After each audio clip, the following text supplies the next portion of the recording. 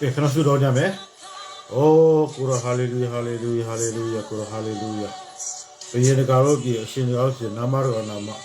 ကိုတော်ကတပါအချမ်းရှိဟာလေလုယာ။ကိုတော်တော့ကိုရောထာမှာပဲနီးခံဖို့ရည်ကြည်တယ်။ဟာလေလုယာ။အရောက်တိုင်းကိုရောထာမှာနီးခံဖို့ရည်ကြည်တယ်။ဒါကျူးတင်တယ်။ကိုရောစီကတည့်ရက်နီးခံတဲ့လူရောက်တိုင်းဖြစ်ဖို့အတွက်နော်တော့ယေရှုထာမှာနီးခံဖို့အတွက်နော်ဟာလေလုယာယေရှုကိုနော်ယေရှုကိုဆိုလို့တော့ခမဲတော့ဘုရားတန်ရှင်းတော်ဝိညာဉ်တော်ဘုရားနော်ယေရှုကိုပြောစေခြင်းနဲ့ယေရှုအားဖြင့်ပြောတယ်လို့တင်တို့လည်းဟိုတန်ရှင်းတော်ဝိညာဉ်တော်ရောက်လာပြီးယေရှုသာမနီးခံတော်တာယေရှုပဲနော်ယေရှုပြောတယ်လို့ပဲကျွန်တော်တို့လည်းဘယ်လိုပဲဖြစ်နော်တန်ရှင်းတော်ဝိညာဉ်တော်ရောက်လာမှတန်ရှင်းတော်ဝိညာဉ်ပြောခိုင်းတဲ့ຢာကိုနော်အားလေးပြောဖို့အတွက်နော်ရောက်တိုင်းအားလေးရှင်းရှင်းလင်းလင်းနော်ဖြစ်ဖို့အတွက်ယေရှုနာမနဲ့ဆုတောင်းပါတော့ဟာလေလုယာအာမင်ယေရှုလောကကိုကြွလာတာခမဲတော်ဆင်လို့တယ်ဟုတ်တယ်ယေရှုနော်ဒီမှာနေတဲ့ချိန်မှာလေနော်ဆန်းတဲ့အဲ့မှာကြားသားလဲလိုက်ဆွေးနွေးတဲ့ဘာညာအမှုမဆောင်သေးဘူးနော်ယေရှုပဲချိန်မှာအမှုဆောင်တယ်ဆိုတော့ယေရှုရဲ့နီးခံတဲ့အရာကယေရှုဟာခမဲတော်ရှိနော်ဟာလေလုယာဆာရာရှိအားလုံးအရှိယေရှုဟာသူ့ကိုယ်သူဘာဖြစ်လဲဟာလေလုယာတော့သူ့ကိုယ်သူဘယ်လိုမလဲလူစားတီကိုတော့ခံယူတဲ့ဒါမေရိုမိုင်းရမှုတဲ့ခံယူတဲ့အာရာပါလာတဲ့အရာတွေကိုဟာလေလုယာအသက်တော့ပထမဦးဆုံးချိန်တော့ဝိညာဉ်တော်ဗတ္တဇာကိုယေရှုယူတယ်ဟာလေလုယာနော်ဒါရေထဲမှာတကြိုတယ်အာရာရဲ့ပါလာကိစ္စကိုရေထဲမှာတကြိုပြီးတော့ခံယူတဲ့အချိန်မှာဝိညာဉ်တော်ရဲ့ဥဆောင်မှုနဲ့ဝိညာဉ်တော်ရဲ့ပြောခိုင်းတဲ့ခမဲတော်ပြောခိုင်းတဲ့အတိုင်းနော်ရှောက်လန်းပြီးတော့နော်သူ့တက်တာမှာ3နှစ်ခွဲရှောက်လန်းပြီးတဲ့နောက်ပိုင်းမှာနော်ပြီးတော့သူတပည့်တော်လည်းဒါတူမှာမင်းတို့လည်းဝိညာဉ်တော်တကိုးရပြီမှမလို့ဆက်လို့နောက်ပိုင်းမရဘူး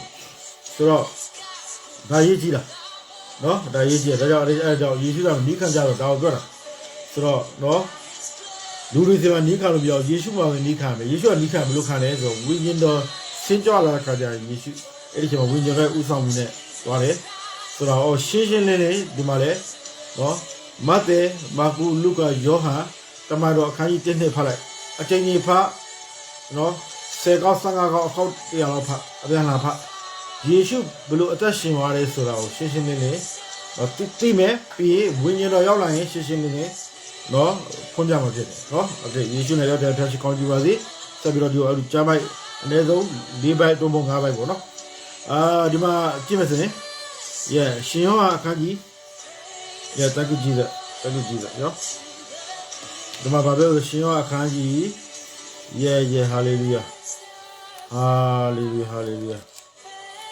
နော်ဟုတ်ပြီခ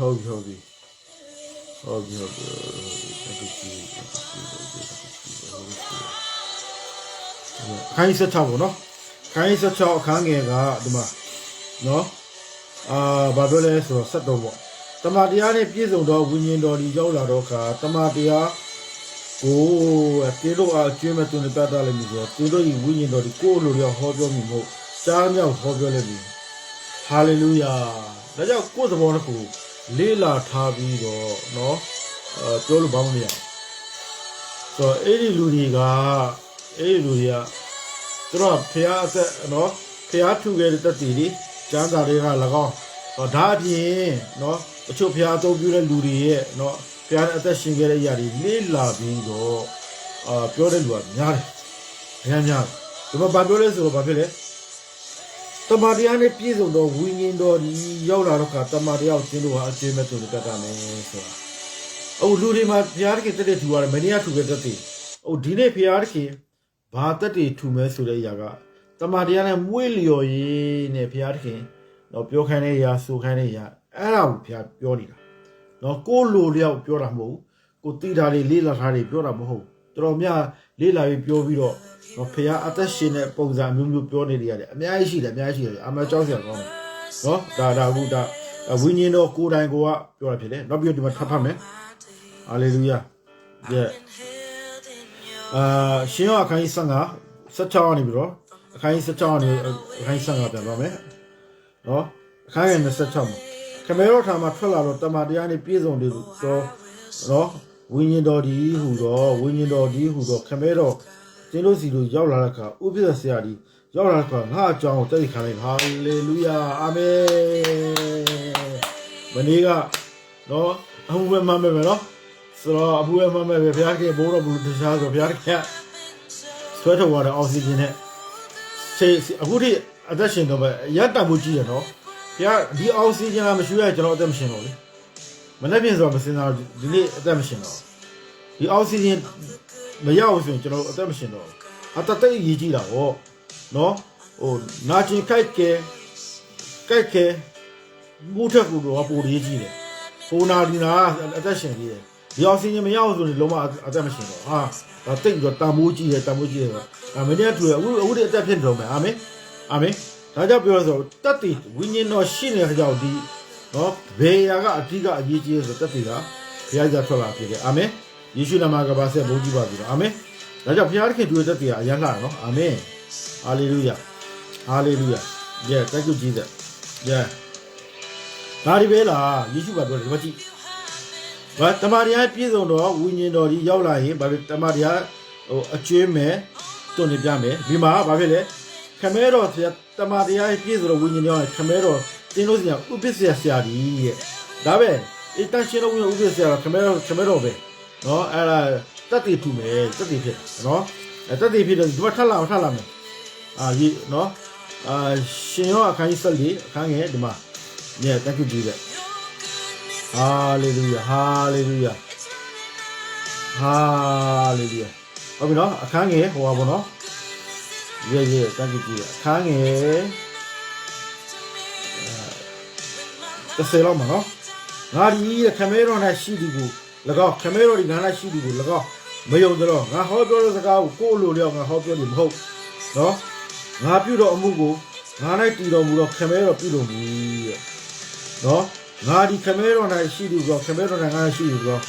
ငါစကားကိုမယုံရင်ငါအမှုကိုထောက်ရကြုံတော့အာမင်ဟာလေလုယာငါဒီကိုယ်လိုလျောက်ပြောတာမဟုတ်ဘူးတဲ့အခုကကိုယ်လိုလျောက်ပြောတာပြောခမဲတော်ပြောခိုင်းတဲ့ဟာကိုပြောနေတာ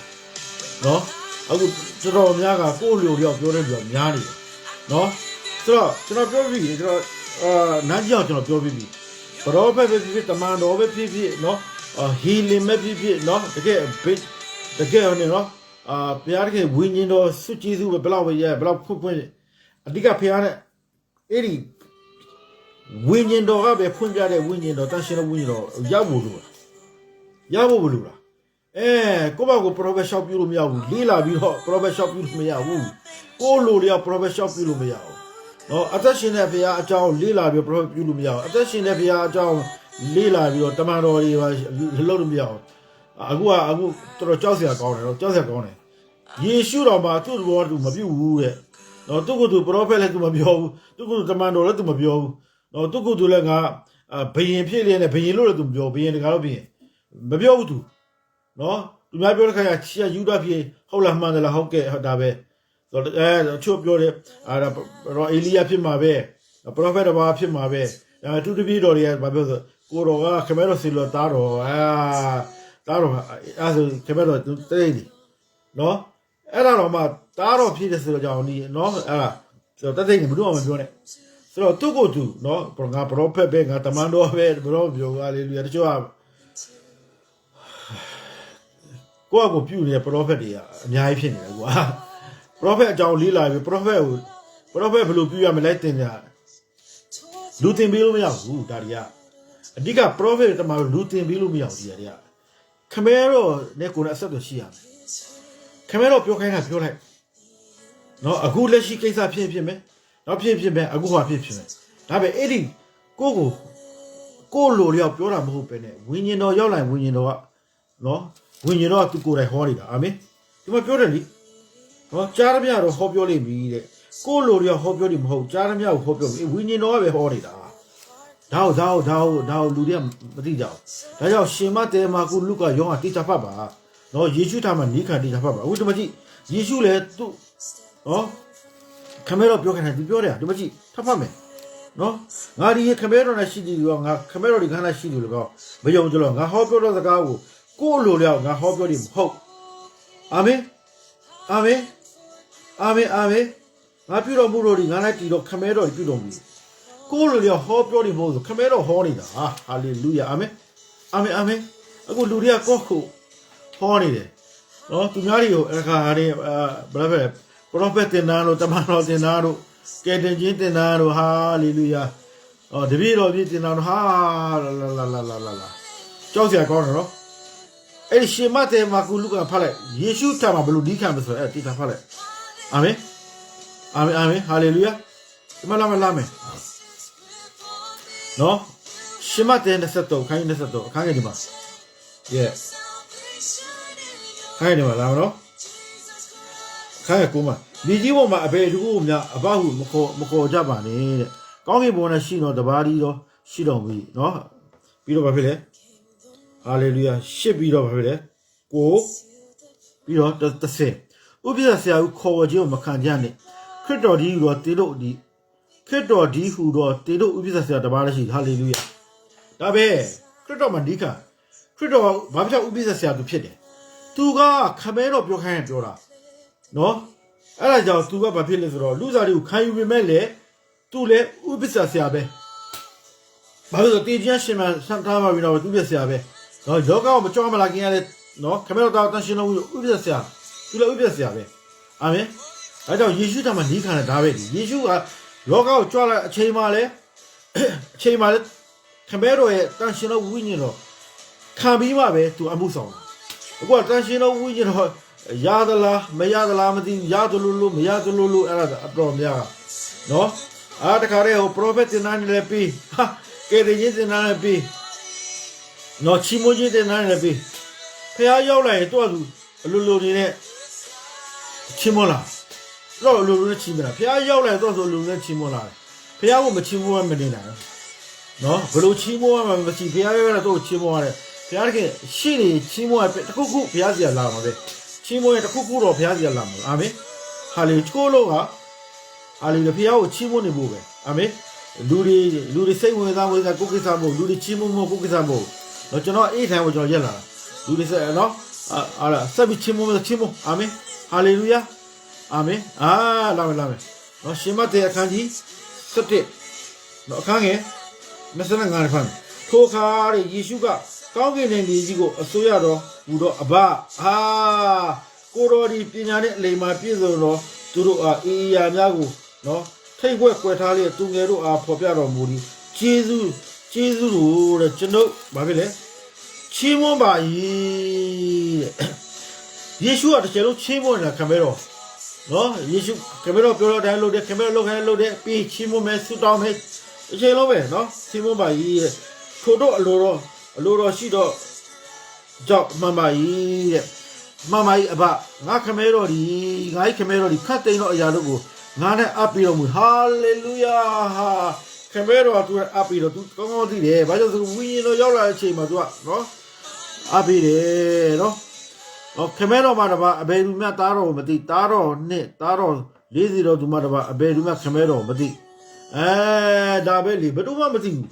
နော်ဝန်လေးပင်မတော်သူအပေါင်းတို့ငါထံလာကြတော့ငါဒီချမ်းသာပြင်းပြီငါတို့ဘို့တင်ထမ်းကြလောငါထံနဲ့နိခံကြလောငါရဲ့လူရတိမ်ကိုချင်းစိတ်နှလုံးသဘောရှိပြီတဲ့တင်းတို့စိတ်နှလုံးတွေတက်တာစေလိမ့်မယ်အကြောင်းမူကငါတဘိုးဒီထားလွယ်ဒီငါဝန်ဒီပေါ့ဒီဟုတ်ပြီလူတွေကအကွာကိုယ့်ကိုထားနေရတာ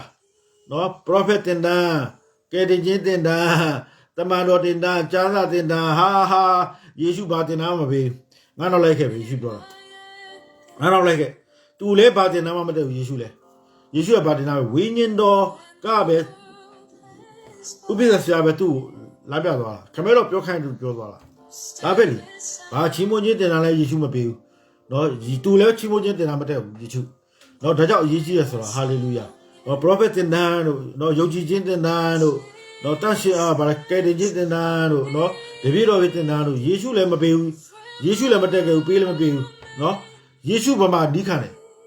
တိချဖတ်လေဒီအပြည့်မြန်လာဖတ်မဿဲမာကုလုကယောဂယေရှုဗမာနိခံတယ်သူကသူပရောဖက်လည်းယေရှုမပြောဘူးအခုဟာငါပရောဖက်ပြုမယ်ဟာကြောက်စရာကြီးနော်ကြောက်စရာကြီးဖះပြောခိုင်းတာပြောလိုက် သူများတွေကသူ့တော့ prophet တပါးတော့ဖြစ်မယ်အေလီယာဖြစ်မယ်သူများတွေပြောတယ် तू ဘာမှပြောငါ prophet လို့ तू မပြောတော့သူ့ကို तू ဘာမှ तू ခါနေပြော तू အေးစစ်စစ်ဖျားခိုင်းတယ်လို့ပြောတယ်အခုကလူကကြောက်เสียကြီးဟာငါ prophet ပြီငါ prophet အာကြောက်เสียဟာလေလုယာ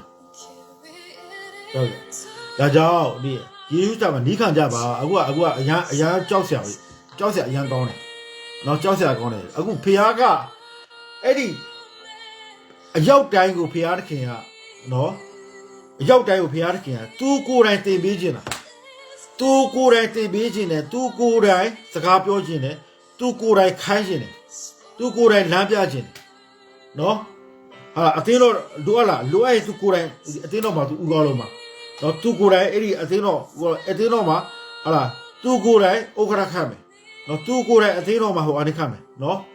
သူတပည့်တော်သူခတ်မယ်သူကိုယ်တိုင်အတင်းတော့မှာတမန်တော်သူခတ်မယ်သူကိုယ်တိုင်အတင်းတော့ pro သူဘက်ခတ်မှာလူခတ်လို့မရဘူးလူခတ်လိုက်ပြီးတော့တင်တိုင်းလိုက် shop ပြီးလို့မရဘူးအေးအဲ့ဒါပဲဒါကြောင့်အရေးကြီးဆိုတော့အဲ့ဒီသူကိုယ်တိုင်ပေးတဲ့ဟာကိုလူတိုင်းကိုအဲ့ဒီပေးတဲ့နော်ဖေဟာတန်ရှင်းတော်ဦးတော်ဖေဟာဥပ္ပစေဖေဟာလူတိုင်းကိုအဲ့ဒါနဲ့မိတ်ဆက်ပေးရမှာမိတ်ဆက်ပြီးလူတိုင်းရဖို့တော့ကိုယ်ကဆွတ်တောင်းပေးရမယ်နော်ဟာလေလုယာ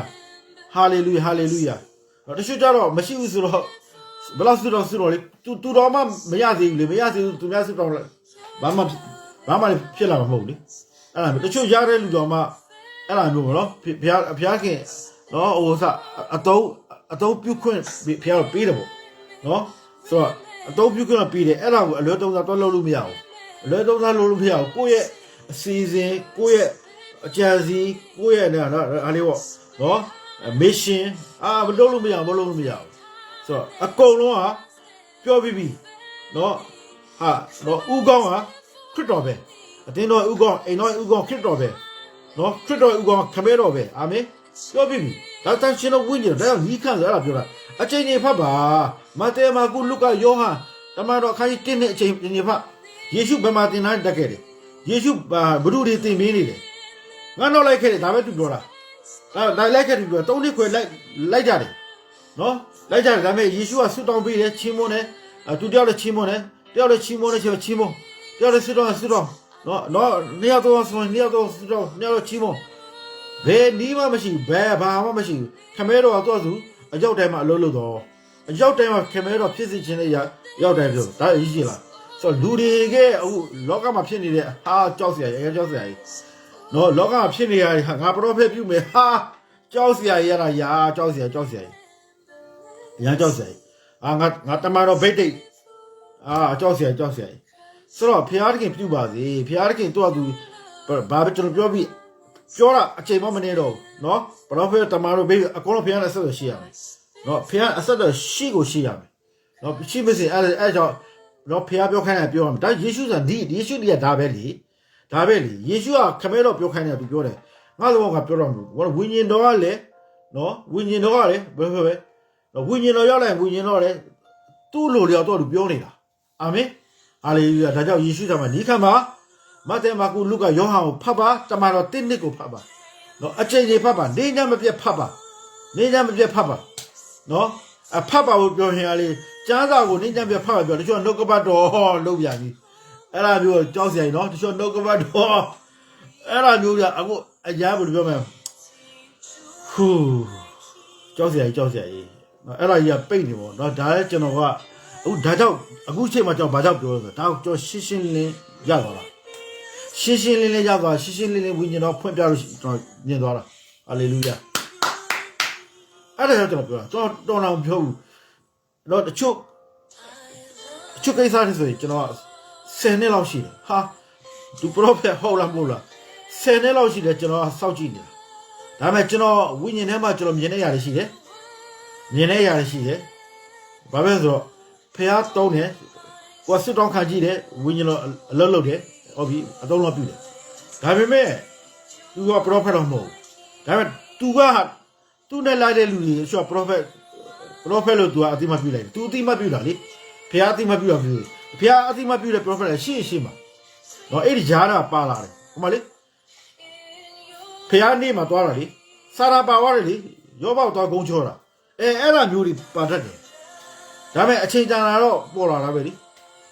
ချိန်ကာလတစ်ခုရောက်ရင်ဒါတက်တည်ဖြစ်ထင်ရှားသွားတာပဲ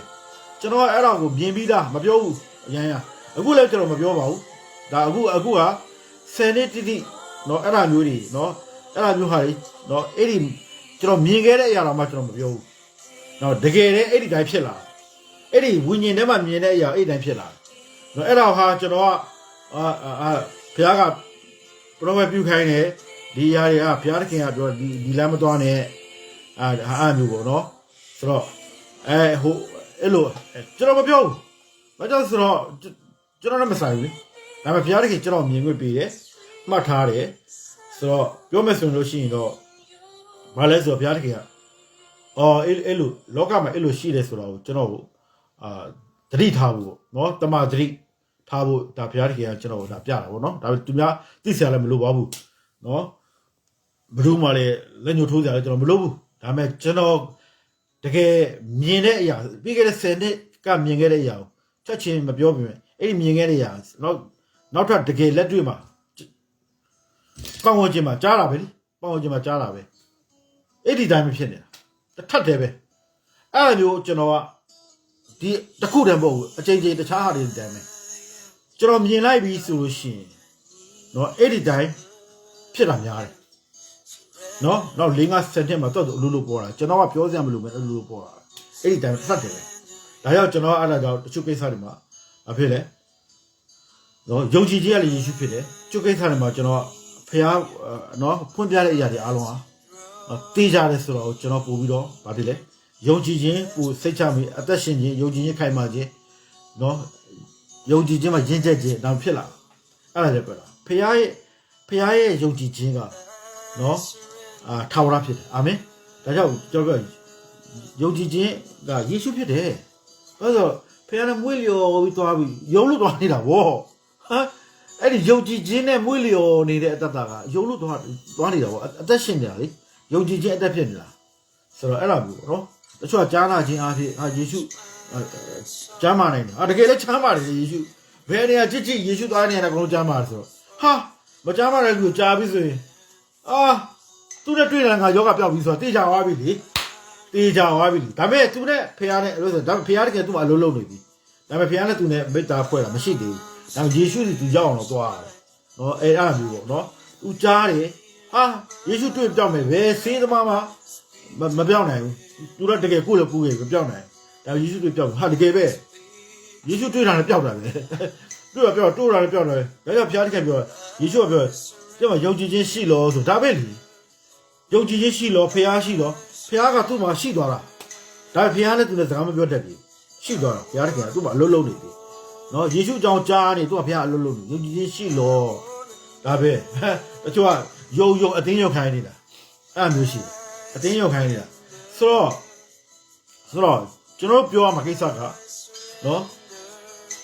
ယေရှုဟာအသက်ရှင်တယ်ကယ်တင်ရှင်ဖြစ်တယ်ခေါ်ရထူးတယ်ဒါပဲကျွန်တော်ပြောရမှာတင်ယုံကြည်လက်ခံလိုက်တင်သဘောတူလိုက်စင်ကြလောကယုံကြည်နော်ပြီးတော့နှုတ်ကသဘောတူလိုက်ဒါပဲကျန်တဲ့အပိုင်းမှာဘုရားရောက်လာလို့ရှိရင်ဟာလေလုယာဖြစ်သွားမယ်ဒါပဲလေဒီဒါပဲလေနော်ဟာလေလုယာအခုလူတွေကနော်ဆိုတော့ရပါတယ်ယုံဟိုကောင်ခါရတယ်ဒါပေမဲ့စိတ်တက်တာမှုတော့ဖြစ်သွားတယ်ပေါ့ယောဂရှိတော့ယောဂတဝက်ပြောက်သွားတယ်ဒါမျိုးယောဂကိုစဉ်းစားနေလို့ရှိရင်ယောဂပို့တိုးတာယောဂစဉ်းစားပို့တိုးတာဟာယုံလိုက်ဝန်ခံလိုက်ဆိုတော့ဟာဝန်ခံလိုက်ဆိုတော့ဟုတ်ပြီဒါပေမဲ့ဖះရောက်မလာမချင်းတော့စိတ်ပူပါခြင်းတော့ရှိတာပဲဒါဖះရောက်လာရင်ဟာလေလုယာဖြစ်သွားတာအေးစစ်စစ်ပဲကေစာလေးအေးစစ်စစ်ပဲဟာလေလုယာဖြစ်သွားတာဖះရောက်လာရင်ကိုယ်ဆိုရင်ကြလုံးဝမရှိတော့ဒါပဲလေအဲ့ဒါပဲယေရှုနီးရဒါပဲဝေဖះအလုံးလုံးလာပြီဆိုရင်ဘာမှဆိုရင်မရှိတော့ဒါယေရှုကပေါ်တယ်ဆိုတော့ဒါကိုပြောတာဟာတော့ပြောခိုင်းနေရပြောတယ်ဝင်းကျင်တော့လိုလျောက်ပြောတယ်ဆိုတော့အခုကလူတွေကကိုယ့်ကိုလုံနေတာများနေတယ်ယေရှုကကိုယ့်ကိုမလုံဘူးသူကပရောဖက်လို့လည်းသူမပြောဘူးတော့သူဘယင်တကာလို့ပြီးလို့သူမပြောဘူးနော်သူများပြောတဲ့အရာကိုသူကဟုတ်ပြီဟုတ်လားတင်ပြောတဲ့အတိုင်းမှန်တယ်ယူဒဘေဆိုတာလေနော်တင်ပြောတဲ့အတိုင်းမှန်တယ်ပြီးပြီဒါတော့ပဲနော်ဘယင်တကာလို့ပြီးဆိုတော့မှသူမပြောဘူးသူနော်သူကသူပရောဖက်လည်းပြောဘူးလူတွေကပြောနေတာပရောဖက်တော်ဘာဖြစ်မလားအေလိယဖြစ်မလားဟိုလူတွေကကိုယ့်ကိုပရောဖက်လုပ်နေကြတယ်ကိုယ့်ကိုတမန်တော်လုပ်နေကြတယ်ကြောက်စရာကြီးနော်ကြောက်စရာကြီး ဒါကြောင့်ယေရှုထံမှာဒီခါမှာမဿဲမာကုလုကာယောဟန်ဖတ်ပါယေရှုဘယ်လိုအသက်ရှင်သွားလဲဆိုတော့တေချာဆင်ခြင်ပါနေညာမပြတ်ဖတ်ပါပြီးတော့အဲ့ဒါကိုဆင်ခြင်ပါယေရှုဘယ်လိုဒီခါလဲငါတော်လိုက်ခဲ့ကြောင့်ယေရှုလမ်းခီယေရှုလမ်းခီယေရှုလမ်းခီယေရှုလမ်းခီငါတော်လိုက်ခဲ့ကြောင့်ယေရှုလမ်းခီယေရှုဘယ်လိုလျှောက်သွားလဲယေရှုဘယ်လိုအသက်ရှင်လဲခမဲတော့ပြုတ်ခိုင်းတယ်သူပြုတာသူ့သဘောသူမပြုတ်ဘူးအခုလူတွေကကိုယ့်သဘောကိုပြုတ်တာအများကြီးဖြစ်နေတယ်အများကြီးဖြစ်နေတယ်လူတွေကအခုလူချင်းတင်ပေးနေကြတာအများကြီးဖြစ်နေတယ်နော်ဖះကိုယ်တိုင်တင်ပါစေဖះရဲ့ဝိညာဉ်ရှိတဲ့လူတိုင်းကိုဖះကိုယ်တိုင်တင်ပါစေကျွန်တော်တို့လောက်ကအဲ့ဒီဖះကျွန်တော်တို့ကအသက်ရှင်တဲ့အရာကိုဒါပဲအသက်ရှင်တဲ့အရာကိုဖះတခင်ပြောခိုင်းနေရပြောမယ်နော်ဖះနော်ရှင်ခဲ့တဲ့အရာမှာတတ်တည်ဖြစ်တဲ့အရာကိုပြောမယ်တတ်တည်နော်ဖះနော်ရဒါပဲကျွန်တော်တို့ဒါပဲနော်ကျွန်တော်တို့ဘလို့နေ့စဉ်အသက်ရှင်နေဖះနဲ့အဲ့ဒါကိုတတိကမယ်ပြောမယ်ဒါပဲဖះစီကိုဘလို့လာမယ်အများရှိစိတ်လုံးကျွေးမယ်တို့ညာသားရှိကြဖះကိုချစ်လို့တို့ကိုညာကိုအမေမပြုနဲ့တို့ဒါတွေကအဲ့ဒါပဲလေကိုကသတိထားရမယ်ကိုညာအမေပြုနေလားကိုစိတ်လုံးကျွေးမယ်တကယ်ဖြစ်ရလားနော်အထက်ရောက်ဆွဲလန်းတာလားအောက်ရောက်ဆွဲလန်းတာလားသတိထားရမယ်စိတ်လုံးကိုစိတ်လုံးကနော်အားလားစိတ်လုံးကျွေးမယ်ကိုညာအမေပြုနေတာလားကိုတကယ်ဖះကိုတကယ်ချစ်နေလားလောကကိုချစ်နေတာလားညာသားရှိတဲ့ဘောကိုချစ်လို့နော်ဆိုတော့အဲ့ဒါအမြဲတမ်းကိုအဲ့ဒါဆင်ញင်နေရတယ်နော်ဒါကြောင့်အဲ့ဒါကြောင့်အဲ့ဒါအများကြီးမဿဲမာကုဖတ်လိုက်မဿဲမာကုလုကာယောဟန်နော်တမန်တော်တင်းနေဖတ်ပါယေရှုထံမှာဘယ်လိုနီးခံမလဲဆိုတာဖတ်ပါနော်ယေရှုကသင်ပေးတာတော့မဟုတ်ဘူးသူဘယ်လိုလိုက်လျှောက်သွားတယ်တန်ရှင်တော်ဝိညာဉ်တော်ရမှသူအလုပ်လုပ်တာသင်တို့လည်းတန်ရှင်တော်ဝိညာဉ်တော်ရဖို့ရည်ကြီးတယ်နော်အဲကြောင့်ကိုယ်သဘောတကူပြောတာမဖြစ်တော့ဘူးဝိညာဉ်တော်နဲ့ရင်းနှီးလိုက်ရင်ကိုယ်သဘောကိုပြောတာမဖြစ်တော့ဘူးသူများနော်သင်ပေးတဲ့အရာလည်းမပြောတော့ဘူးနော်သူများတွေကရှောက်တင်ကြအခုကတော့တချို့ကနော်တင်နိုင်တယ်ဘာလို့သူတို့ကကျောင်းဆရာကြီးလေတင်နိုင်တယ်လေးလာကောင်းတယ်နော်လောကပညာလည်းအញ្ញတင်နိုင်တယ်ဆိုတော့အဲ့ဒါဖျားပညာမှာလည်းဖျားတတ်တည်ထူခဲ့တဲ့အရာတွေလေးလာပြီးတော့တင်လို့ရတယ်ပြီးတော့တခါဘာဖြစ်လဲနော်လက်ရှိ